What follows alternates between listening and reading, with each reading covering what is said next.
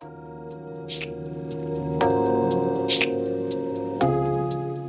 and welcome to the Sounds a Bit Woo-Woo to Me podcast.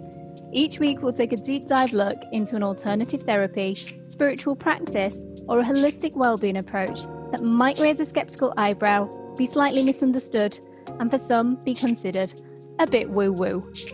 Here's this week's episode. Hello and welcome to the podcast. I'm Becky Taylor. Before we get cracking today, I wanted to remind you that I am offering a free 60-minute yoga class beamed right into your home over Zoom. And all you have to do is sign up to my newsletter, which you can find at beckytayloryoga.co.uk. Now back to the podcast.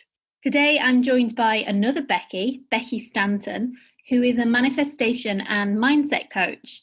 And Becky's going to talk to us about the law of attraction, how we can manifest more in our lives, and some tips and tricks for a more abundant mindset.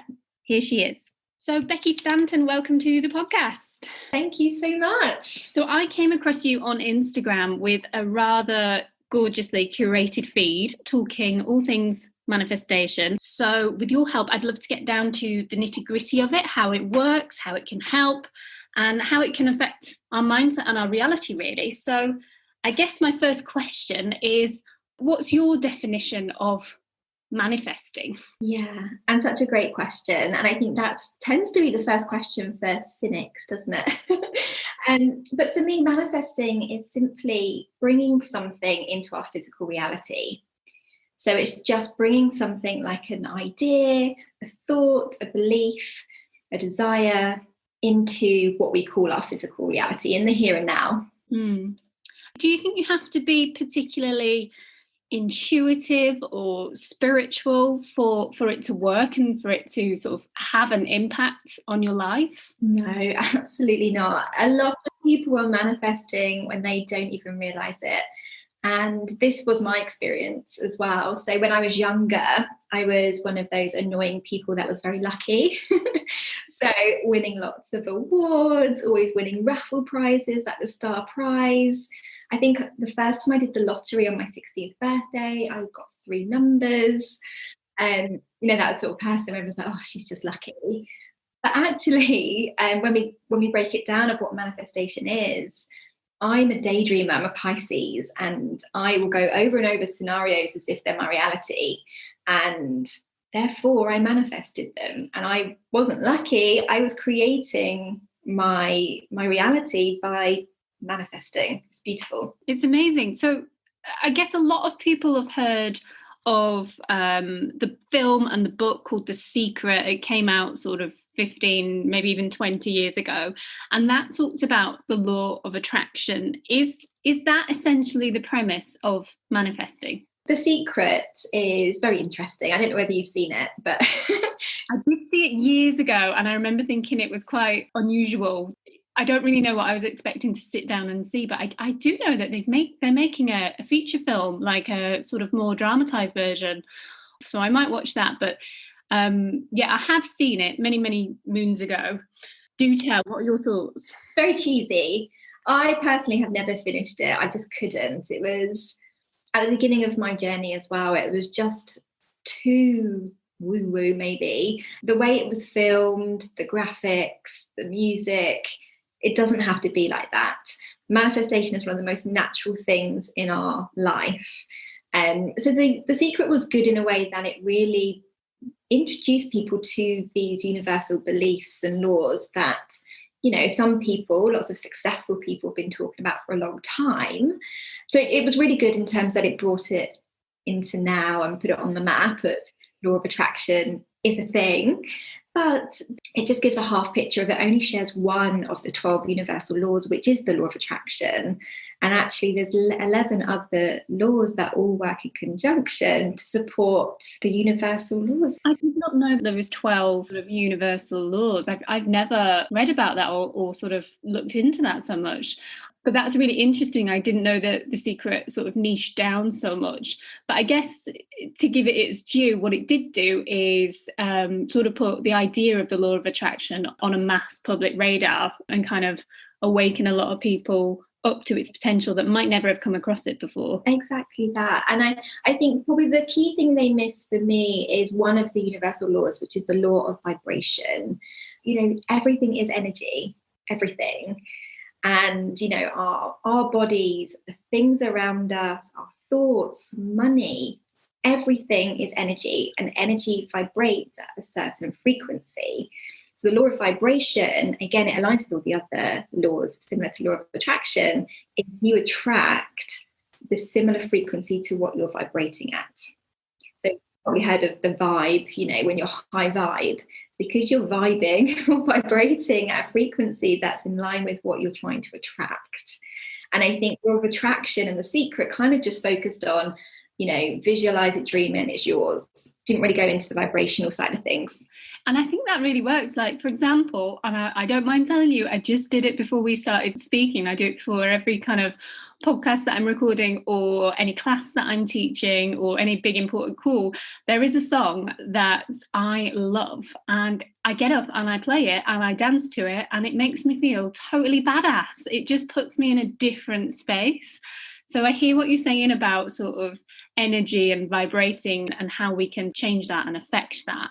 I did see on your website that you talk a lot about our environment as well, and the link between manifestation and feng shui. Can you explain a bit more about that? Of course, yeah. And it's just that sole principle that everything's energy. And especially with lots of people working from home, even more than normal, our environments affect our energy and our vibration. It's two ways. So if you're working in a cluttered environment or an environment that doesn't inspire you and just feels a bit mediocre, you're going to get that vibration from it. So you could have the biggest dream, the biggest desire, but if you're surrounded by clutter, it's going to have a vibrational effect, but also a mindset effect. So I talk a lot about the unconscious or subconscious mind as well. And just briefly with clutter, if you have anything around you that is just, cluttered and busy and messy, your unconscious mind is just going to be surveying the whole room and analyzing the information. And it's using energy and all of the energy that could be used for more desirable things on clutter. So I'm really passionate about how our environments, and not just the clutter and the mess, but also how if it's intentionally designed with feng shui, how it can really support you living your best life and be able to manifest your best life. Because we do feel, even on a really basic level, we do feel really nice when our homes, like when we've just cleaned them or anything like that. And that's on a really micro level of just cleaning it, never mind sort of thinking about what's within it.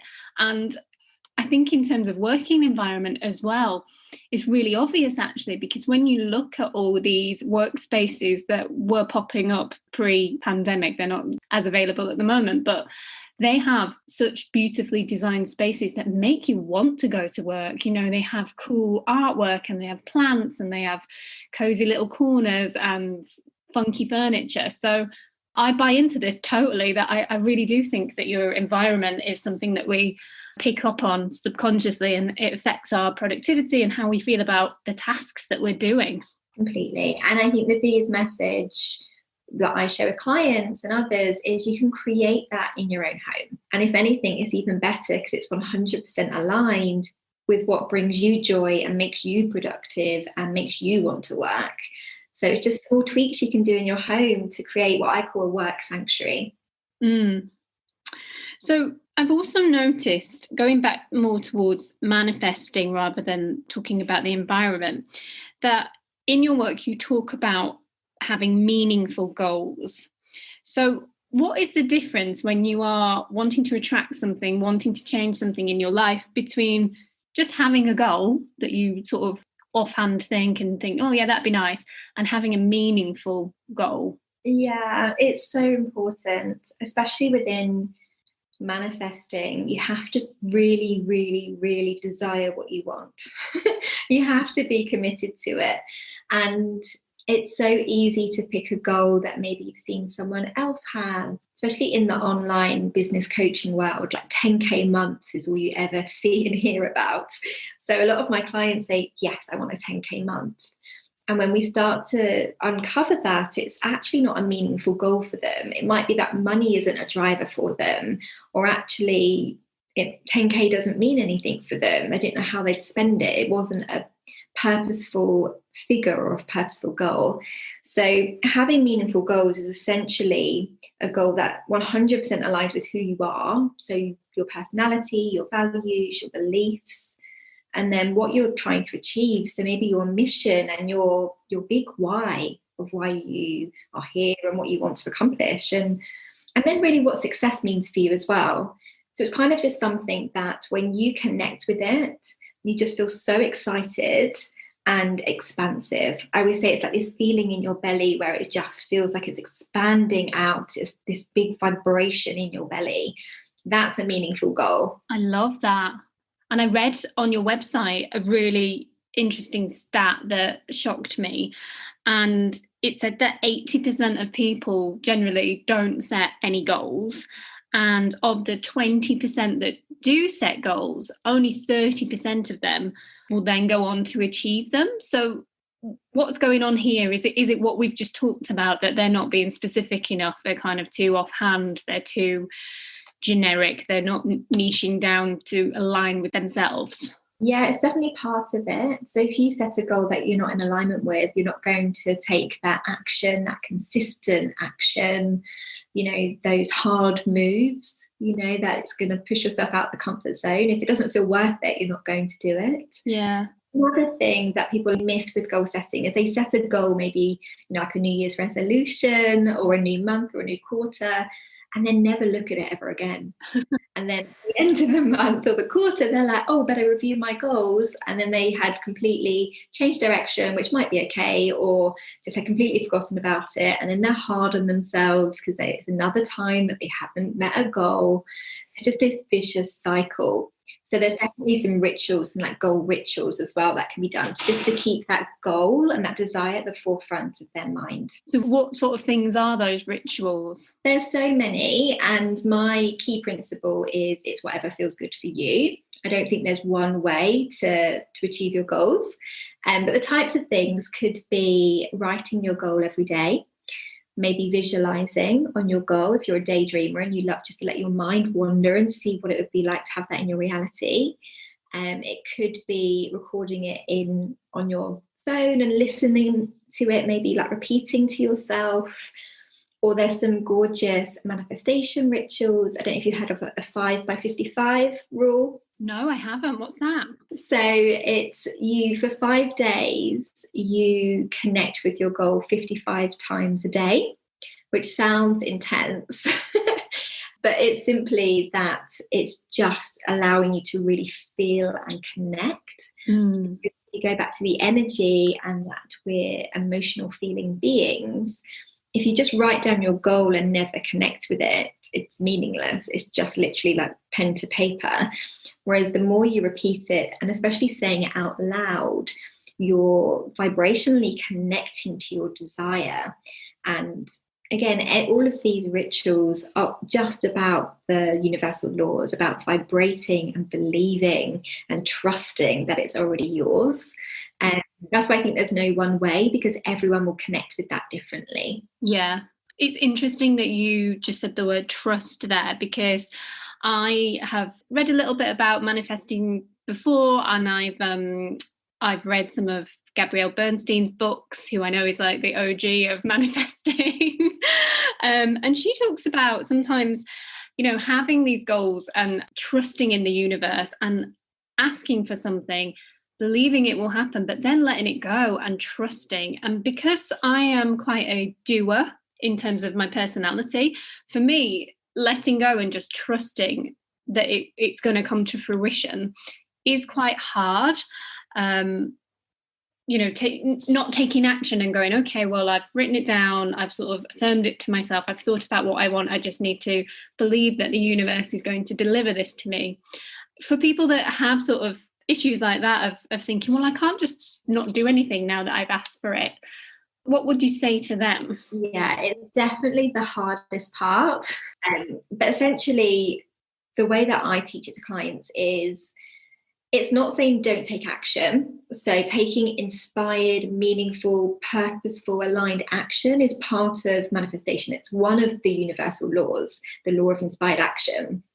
So it's really about connecting and thinking what is the action to take, not just following the crowd.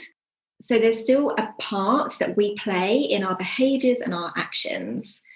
But when we go back to the first principle is that everything's energy, and another universal law that everything is connected, there's so much that we can't control. So we can't control who's going to see our message. We can take inspired action so that the likelihood of them seeing is higher, but we can't control, for example, who's going to reach out to me. For example, you. I had no control over you seeing my post and inviting me here today. And actually, just on that, a funny story, the week that you invited me here, I'd written on a postcard to share my message wider.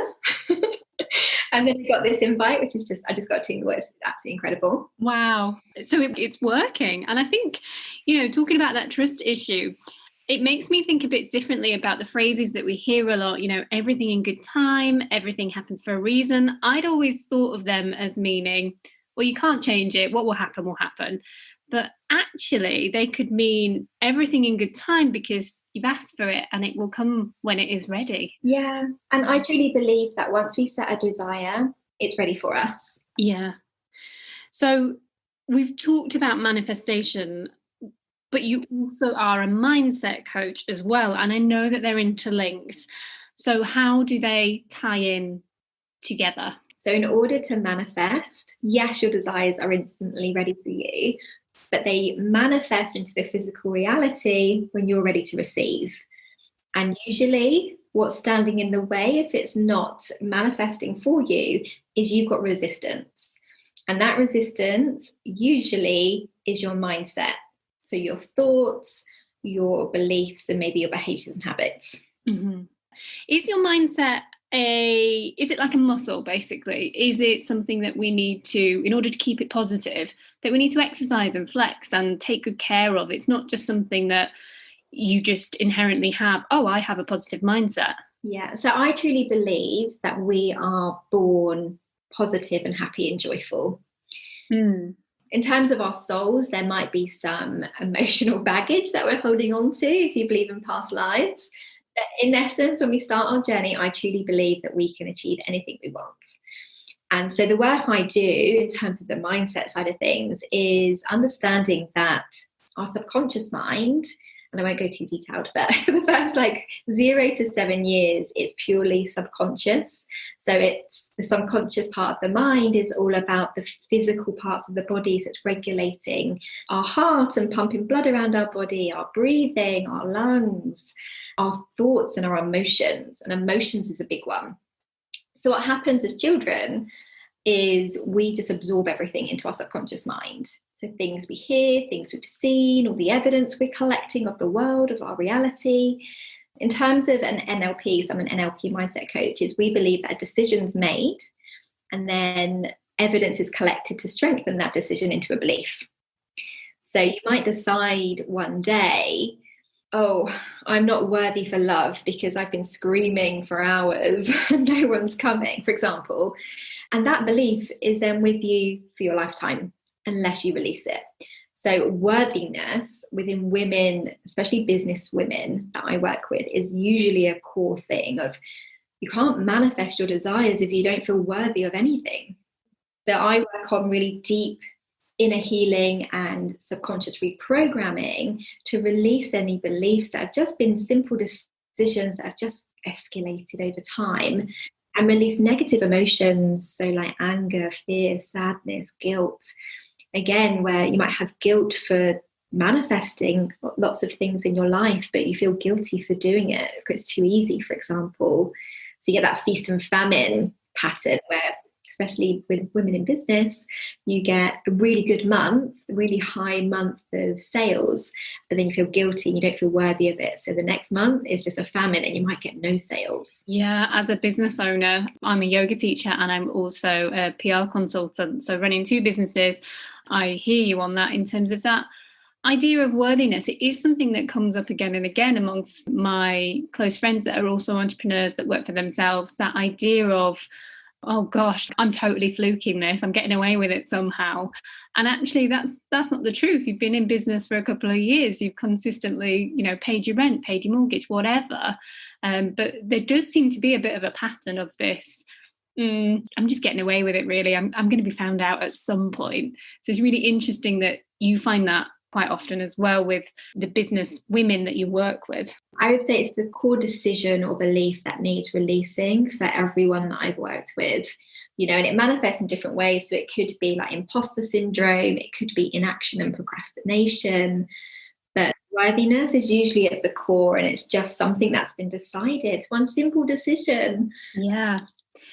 And I love the idea of celebrating successes to help with this journey. So I saw on your website, you talk about having a success journal. The one that I really liked that resonated with me was a success jar. So having a little jar on my desk and writing a little note and putting it in every time something great happens, so that by the end of the month or the year, you have this jar full of brilliant things to remind you that actually you did loads of stuff, you achieved lots of things.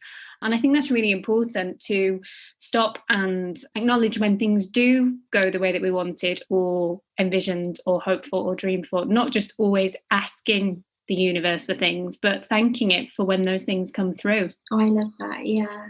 And I love that a lot of my clients, I always encourage to celebrate the day or celebrate a learning, because if we're always growing and learning, there's always a lesson in every day. And on the worst day, you can find something that will be positive for you to learn and grow from. And it's really fun to do with family. Like if you're, have a partner or have a friend that you live with, or, with your children, it's such a fun thing to say, what have you learned today? Or what has gone really well? What are you most proud of today? And sometimes, when you're on a mindset journey, it's as simple of, I heard the mean girl in my head and I knew she wasn't me. Or I said, oh, I can't do that. And I heard it and I said, no, I can do it. Yeah, it's that saying that you often hear of, would you talk to your friends like you talk to yourself? The answer is, hell no, I wouldn't. We're usually a lot harder on ourselves, like you say, the inner mean girl. I saw somewhere, it might have been on an Instagram post of yours, that yours is called Miranda. Miranda Priestley. She's mean. Oh, I love that. So we're almost out of time, I'm afraid. This has been fascinating. I've loved speaking to you. If you could leave the listeners with one simple exercise or tip or hack that we can all do to improve our mindset and begin manifesting our desires, what do you recommend? I think the most important thing is releasing the resistance, because you can do all the other steps, but if you're not ready to receive it, you won't manifest it. So I think the best way is to, if people like journaling, it's such a powerful technique of just write your goal down and then ask yourself the question, if this was my reality in 24 hours, so if it was delivered to me with ease by this time tomorrow, how would I feel? And would I feel uncomfortable in any way? And that will be your answer for what's holding you back from manifesting your desire. So it might be that I'm not ready for it, I don't deserve it, I don't need that much money, I can't imagine having that much, I'm going to upset family by doing this. Or you just notice the resistance. And as I said, self-awareness is that superpower. So then you know where your focus and your attention needs to go. Fantastic. I'm off to go buy a new journal today to begin this. Thank you so much, Becky. Where can people find you and learn more about your work? So I'm on Instagram. So I'm Becky Stanton _mindset coach. And my website is beckystanton.com. Thank you so much to Becky Stanton for joining me on the podcast this week. Now, before I head off to do some journaling about what I want to manifest in my life, I wanted to remind you that you can find me on Instagram at Becky Taylor Yoga, and I'm also online, beckytayloryoga.co.uk. And don't forget about that free class offer if you sign up to my newsletter. I'd love to see you in class. I'd love to practice with you. But until then, take care.